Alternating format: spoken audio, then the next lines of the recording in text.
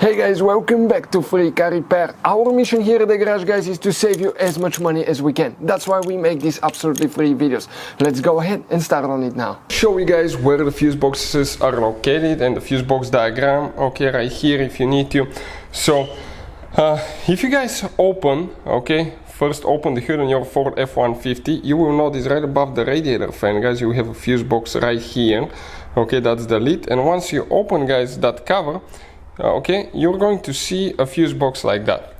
Now, right here, guys, if you want to see specifically what each of the fuses are for, we have a special playlist with for that Ford F-150 2009 to year 2014. We have 108 videos of all the fuses and relays that would teach you what each one of those is, what it's for.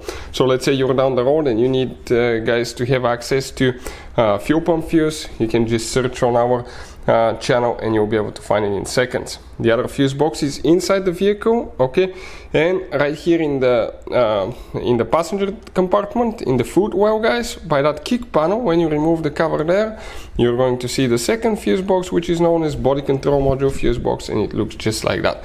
So if you need help with those fuses, check out the playlist, guys. We'll put the link in the description of the video below for any of you needing help with that. Hey guys, hopefully the video was helpful.